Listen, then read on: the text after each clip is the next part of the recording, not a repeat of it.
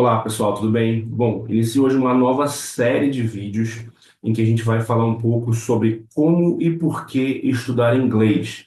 E aí, nessa série de vídeos, a gente vai abordar vários temas, como estudar inglês com poemas, como estudar inglês com músicas, mas eu queria que o primeiro vídeo e o vídeo mais importante fosse esse, o primeiro vídeo do canal dessa nova fase, em que eu vou falar para vocês como e por que estudar inglês com educação clássica e com o método da Charlotte Mason. Tá? Nessa semana que passou agora, a gente teve duas pessoas importantes falando sobre educação clássica, falando sobre o método da Charlotte Mason, que foi o Bruno Garchagem, que é um professor de política, um professor que fala sobre temas ligados a políticas e disse, inclusive, que a educação clássica é um caminho, é uma forma para que o conservadorismo, para que toda a forma tradicional de educação recupere e, com isso, a gente tenha um país melhor através da educação, né? E a Samia, que provavelmente vocês conhecem, a Samia que é mãe de 8 crianças, é médica, casada com o doutor Ítalo Marcilli,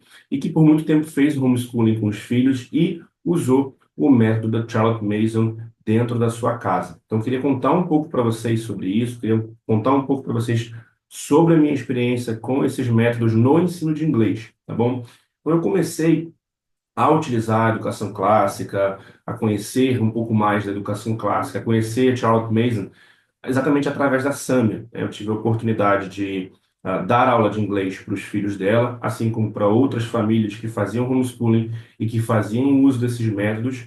E a partir daí, eu comecei a perceber o ganho que esses métodos causavam, né, geravam nessas famílias, nessas crianças que estavam aprendendo inglês aí através desses métodos. Então, eu percebia ao longo dos dias crianças mais focadas, crianças que tinham um desempenho melhor, crianças que tinham principalmente o interesse maior no aprendizado de inglês. E não o inglês apenas pelo inglês, mas sempre conectado com alguma coisa, sempre ligado de alguma forma a outros conteúdos.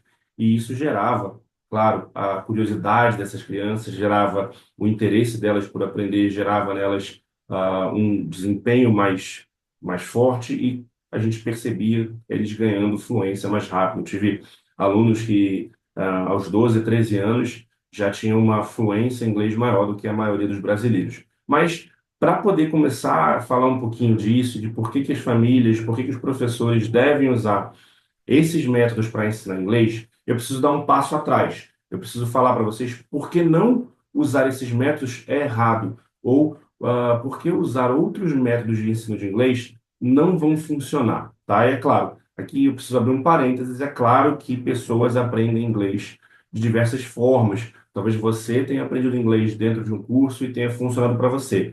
Mas o fato é, quando a gente pega números globais, quando a gente pega um grande todo de pessoas que estudaram inglês, a gente percebe que os cursos e as escolas falharam categoricamente na grande maioria delas. Prova disso é que existem estudos e pesquisas que falam que apenas 1% dos brasileiros chegaram à fluência no inglês. A gente tem décadas e décadas de ensino de idioma no Brasil, décadas e décadas de cursos de inglês, de colégios ensinando inglês, e a gente tem o número de 1% de pessoas fluentes. Além disso, a gente pode dizer que 5% de todos os brasileiros que já estudaram inglês conseguem hoje manter uma conversa em inglês, conversa nível básico, tá? Não estou falando de uma conversa difícil. Então, talvez você use o inglês no seu trabalho, talvez você tenha a oportunidade de viajar e usar o inglês fora do Brasil. Se você consegue se comunicar minimamente, você faz parte aí de um grupo seleto de 5% de brasileiros que conseguem usar o inglês para isso, né?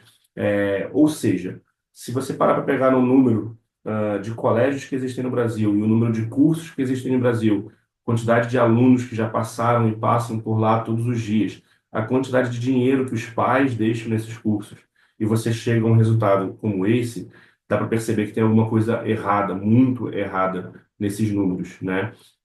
Existe uma pesquisa, inclusive, que coloca o Brasil como um dos piores países do mundo para se aprender inglês. E isso não é porque a população tem maior dificuldade ou porque, enfim, os materiais não dão conta, porque, enfim, os professores de inglês que ensinam fora do Brasil usam alguns os mesmos materiais que são usados aqui nas escolas. É, os cursos de inglês que existem lá fora podem talvez usar métodos parecidos. E aí, qual que é o grande problema aqui? Por que que isso está acontecendo? São dois motivos, né? Quando você pega os materiais adotados por esses cursos e por esses colégios, existe uma ênfase muito grande na gramática. Pedro, lá vem você falar então que não é para estudar gramática. Não, não é isso que eu estou falando. O que eu digo é, existe uma ênfase muito grande. É preciso estudar gramática, mas existe uma forma correta de fazer esse estudo e existem outras coisas que precisam acompanhar o estudo da gramática. E existe um momento certo de estudar gramática. Se o seu filho chega no colégio sem nunca ter tido contato com inglês e de cara ele começa a aprender gramática, a dificuldade dessa criança ela vai ser clara desde o início. Provavelmente você passou por isso com seu filho, talvez você tenha passado por isso no colégio. Chegou, começou a aprender inglês e começou a aprender um monte de regras. Legal, beleza, de repente você até sabia aplicar e tirava boas notas nas provas. Mas se você precisasse estabelecer uma conversa com alguém de língua inglesa, você provavelmente não conseguiria. E aí, essa ênfase demasiada, né, enorme na gramática, gera um primeiro problema, que é o problema de que as pessoas aprendem ali a regra gramatical, aprendem como aplicar, como transformar um verbo no passado, no presente, no futuro, que preposição usar, mas não conseguem colocar isso na prática. Isso porque elas não conseguem desenvolver uma habilidade de falar e de pensar em inglês, que a gente fala que é tão importante, né? Ah, você precisa pensar em inglês, mas ninguém te fala como fazer isso. Então, esse é um primeiro ponto. Segundo ponto, é o despreparo dos professores. Isso é preciso ser dito. Infelizmente, a gente tem um número alto de professores despreparados, tá? Os colégios hoje eles têm uma obrigatoriedade em contratar professores que sejam formados em letras. Mas eu posso te dizer, por experiência própria, que dentro de uma faculdade de letra, a grande maioria das pessoas não é fluente em inglês. Inclusive, alguns professores de faculdade de letras não são fluentes em inglês. Isso pode parecer absurdo. É como você dizer que um médico sai da faculdade sem saber exercer a medicina, ou um engenheiro sai da faculdade sem saber construir um prédio, construir aquilo que ele tem estudado. Um professor de inglês que sai da faculdade de letras, português e inglês, sem uma fluência em inglês, é um profissional aquém, é um profissional que não deveria estar numa sala de aula. Pedro, então tá. Então só pode ter professor nível máximo de inglês, pessoas fluentes, como se fossem nativos. Não. Existe um parâmetro internacional de professores para que eles possam entrar em sala de aula. O problema é que no Brasil a gente não adota esse parâmetro. Qualquer pessoa que tenha passado por uma faculdade de letras, ela pode entrar em sala de aula. E uma faculdade de letras, ela não vai dar fluência para essas pessoas, tá bom? Legal. Então aqui eu falei por que que os métodos de ensino de inglês atual não funcionam. Agora eu queria falar para você um pouco por que que a educação clássica e por que que esse método da Charlotte Mason eles funcionam para a gente aprender inglês. Primeiro ponto, essa abordagem, ela valoriza a aquisição natural do idioma, da língua. É semelhante como você aprendeu o português, como seus filhos aprendem o português. Então, eles escutam, eles estão em contato constante com o idioma e a partir daí eles começam a aprender. Então, é preciso, antes de mais nada, criar um ambiente imersivo. E isso, nem mesmo um colégio que se chame bilíngue e que dê aula, sei lá, de algumas matérias em inglês, consegue proporcionar sem um planejamento. Como assim, Pedro? É preciso que a criança tenha um contato diário com o inglês maior do que 40 minutos de uma sala de aula. Eu sei porque eu estou em sala de aula constantemente, diariamente, e eu sei que dentro do ambiente de sala de aula, e às vezes os colégios aí afora têm turmas enormes de 20, 30, 40 alunos, numa aula de 40 minutos que o professor tenha, a verdade é que ele consegue, talvez, se for um professor com muita experiência, com muito domínio da turma, ele vai conseguir dar talvez 30 minutos de aula desses 40 numa aula de 50 minutos, ele vai conseguir, de repente, chegar a fazer ali uma aula de 30, 35 minutos, porque existem o tempo que se perde para pegar material, o tempo que se perde para chamar a atenção dos alunos. É normal, isso acontece nas salas de aula, não é nenhum absurdo, é assim que funciona, tá bom? Então, se você parar para pensar que seu filho teve 30 minutos de contato diário com o inglês, 40, 50 que seja, tá? Isso é muito pouco. A criança precisa ter um contato maior com o inglês. E não dá para esperar que seu filho vai chegar em casa do colégio e vai pegar o livro de inglês dele, e vai ficar lendo ali as histórias do livro de inglês, ou vai buscar, de repente, um livro clássico para ler. Então eu vou ler o Hobbit em inglês, ou então eu vou ler as Crônicas de Nárnia em inglês. Não dá para esperar que a criança faça isso sozinha. É possível? É possível. Algumas crianças fazem? Sim, fazem. Eu conheço pessoas que aprenderam inglês assim, através de música, através de leitura, por conta própria. É possível, sim. Mas é uma porcentagem mínima. São pouquíssimas crianças fazendo isso. Não é o comum, tá certo? Então tá. Então, criar um ambiente imersivo. Para isso, eu preciso que a criança se interesse pelo idioma. E para isso, eu preciso trazer conteúdos ricos, conteúdos que despertem a curiosidade, que despertem o interesse, que façam a criança perceber que o inglês, ele é mais do que uma matéria da escola que ele precisa aprender, mas ele é principalmente uma ferramenta que ele vai aplicar de conhecimento, de descoberta, de interesse, para conhecer coisas novas, tá certo? Então, conteúdos ricos, tá bom? Eu vou sugerir para vocês, por exemplo, que peguem o material dos filhos de vocês do colégio e folheiem ele, dê uma olhada nesse conteúdo, mesmo que você não saiba nada de inglês, tá? Pega esse conteúdo, pega esse livro, dá uma olhada, vê ali pelas fotos, pelos títulos, se vocês não entenderem bem o inglês, vocês vão ver que é um conteúdo bobo, que é um conteúdo fútil muitas vezes, que não trazem. Eles até tentam, né, em si trazer alguma lição, tentam de repente ensinar alguma coisa boa, às vezes até inclusive tentam ensinar algumas lições que vão de encontro, que são contrárias àquilo que a família prega ou acredita, né? E sempre, sempre, sem exceção, sempre de uma forma muito superficial. Enquanto isso, na educação clássica, na educação por esse método, quando a gente ensina inglês dessa forma, você tem conteúdos mais ricos, você trabalha as virtudes através de poemas, você trabalha a história de santos, a história de personalidades históricas, você trabalha a vida, a biografia de muitas pessoas que trazem muitas virtudes, e aí você consegue estabelecer com essas crianças uma relação e eles começam a se interessar por isso, né? E existe o desenvolvimento integral também, que esse método proporciona, esse método promove, né? Que vai, claro, fazer com que o seu filho desenvolva o hábito de buscar ser virtuoso. Então, dá sim para ensinar virtudes para o seu filho ensinando inglês. Por exemplo, vou citar aqui um poema chamado Always Finish, em que eu gosto de trabalhar com os meus alunos ali pelos 9 anos de idade. É um poema curto, vou citar para vocês aqui. Always finish. If a task is once begun, never finish until it's done. Be the labor great or small, do it well or not at all. Então, esse poema fala que você precisa sempre terminar, always finish. Sempre termine, né? Ou seja, sempre termine o que você começou. E aí sim o poema começa, né?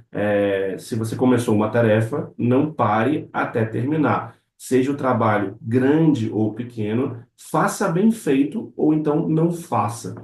Quando a gente trabalha esse poema com as crianças, a gente está trabalhando vocabulário, a gente está trabalhando gramática, a gente está trabalhando pronúncia, a gente está trabalhando leitura, a gente está trabalhando a escrita, porque eles vão escrever o poema, a gente trabalha a memorização desse poema, mas a gente vai além disso, a gente trabalha uma lição, que é a lição de sempre terminar. Então, quando eu trabalho esse poema com as crianças, quando eu trabalho o poema Always Finish, eu passo para eles, eu delego a eles uma função, que é a função de eu quero que você escolha algo que você não faz bem hoje ou que você não terminou, e você vai lá e você vai fazer bem feito.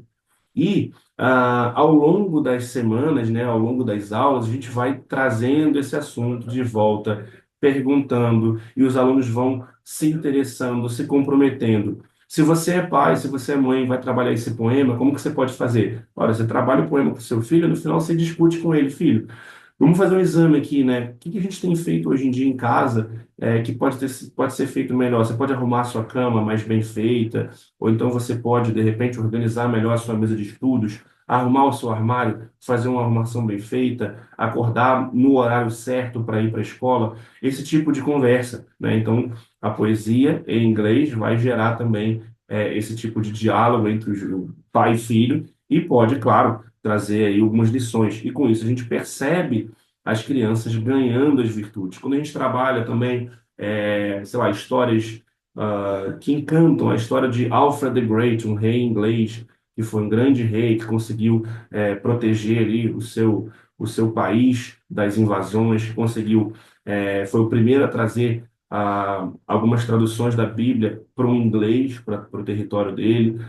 Tiveram inúmeras batalhas vencidas, é um homem de grandes virtudes, de grande ensinamento, e a gente trabalha essa história em sala de aula, e as crianças começam a se interessar por essa história e começam a perceber uma boa referência. É diferente de trabalhar alguma coisa de forma superficial, porque isso dá vida, né? A Charlotte Mason falava muito sobre living books, or living histories, histórias vivas, né? Livros vivos. E é isso, essas histórias vivas, esses livros vivos, fazem as crianças, fazem os adolescentes se conectarem, perceberem que o inglês é um idioma que é uma ferramenta de conhecimento, muito mais do que uma matéria da escola que ele precisa conhecer para poder tirar uma nota, tá certo? Legal, Pedro. Como que eu posso, então, implementar essa abordagem de ensino de inglês na minha casa, nas minhas turmas, se eu sou professor, né, no meu colégio? Como que eu posso fazer isso? Vou falar para vocês. Então, para implementar esses métodos na sua família, na sua escola, no seu curso, aonde quer que seja, nas suas turmas, você vai trazer alguns elementos, claro, de acordo com a idade dos seus alunos e o nível de inglês deles. Primeiro ponto, a leitura de livros clássicos. Como assim, Pedro? Então eu vou pegar um livro clássico, vou dar na mão do meu filho de 10 anos para ler, vou dar para ele Shakespeare, vou dar para ele um livro do Tolkien, do C.S. Lewis, para ele ler, ele não vai conseguir. De fato, se você pega uma criança que tem pouquíssimo conhecimento de inglês, um nível muito básico de inglês, e dá um clássico desse na mão dele, ele não vai conseguir ler. Se por outro lado eu pego um livro clássico, mas mais fácil, como, sei lá, The Very Hungry Caterpillar, que é um livro bem básico, né? Que é o livro que a Caterpillar ali vira borboleta e tudo mais. Eu vou dar isso na mão de um menino de 10 anos, ele vai olhar e vai rir, né? Ele não vai querer nem encostar nesse livro. Então, o primeiro passo é buscar livros que a gente chama de graded books, são livros graduados. Eu preciso descobrir qual é o nível de inglês do meu filho, e aí eu vou procurar um livro clássico, um título clássico, e aí a gente vai ter uma aula em que eu vou trazer algumas sugestões de títulos por idade e nível de inglês para vocês, tá bom?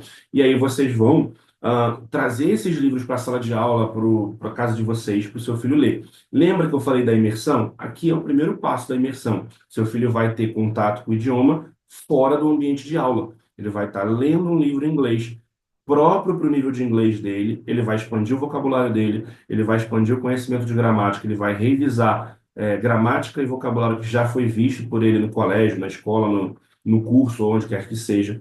E, além disso, ele vai estar aprendendo com um livro clássico, com um livro que tem uma boa mensagem, com um livro que traga para ele uma boa história, uma boa referência, tá? A mesma coisa com o uso de música. A gente precisa fazer uma curadoria das músicas, porque não dá para ouvir qualquer música, a gente sabe disso. Então, dentro da educação clássica, dentro desse método da Charlotte Mason, a gente se preocupa muito com o tipo de conteúdo que a gente vai apresentar. E eu sei que se você está assistindo esse vídeo é porque você se preocupa com isso. Então, a gente vai fazer uma curadoria. Preciso fazer uma curadoria das músicas. É preciso buscar boas músicas, boas referências, boas letras para apresentar para os meus filhos. Então, eu posso fazer isso e aí, ao apresentar as músicas, eu vou auxiliar na memorização de vocabulário, eu vou auxiliar demais na pronúncia. Eu conheço, você deve conhecer pessoas que aprenderam inglês apenas por música. Eu, inclusive, dei um grande salto de qualidade no meu inglês quando eu comecei a ouvir mais músicas, e não só ouvir, né, mas cantar mesmo. a gente vai cantarolando ali pela vida, e isso melhora, isso faz com que você tenha um ganho aí no seu inglês, tá bom? Outra coisa que a gente deve trazer para dentro do ensino de inglês na família, nas salas de aula, é a incorporação das artes, de belos quadros. Então a gente escolhe ali um artista para trabalhar ao longo de um ano, e a gente vai apresentar as pinturas desse artista, ou as esculturas desse artista, e vai trabalhar isso, vai propor atividades que integrem as artes visuais, e estimulando a expressão e a compreensão do idioma. Então a criança vai observar um quadro clássico ali, um quadro conhecido, um quadro que talvez nem seja tão conhecido no universo deles, mas que traga uma boa mensagem, inclusive, que faça ele apreciar a beleza, a despertar esse interesse pelas artes, e ele vai começar então a observar, ele vai aprender o vocabulário, ele vai é, praticar a fala, né, e vai desenvolver aqui a habilidade vai começar a desenvolver essa habilidade de pensar em inglês quando ele vai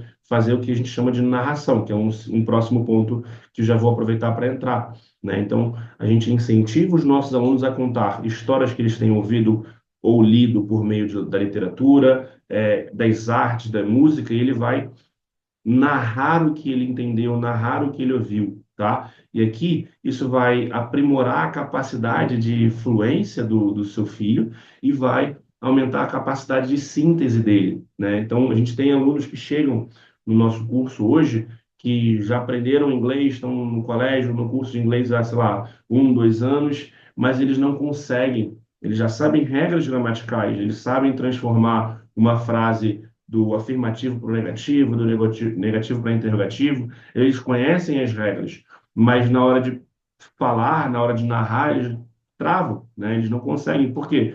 Porque eles não conseguem usar o inglês que eles estão aprendendo, porque eles estão aprendendo apenas por regras.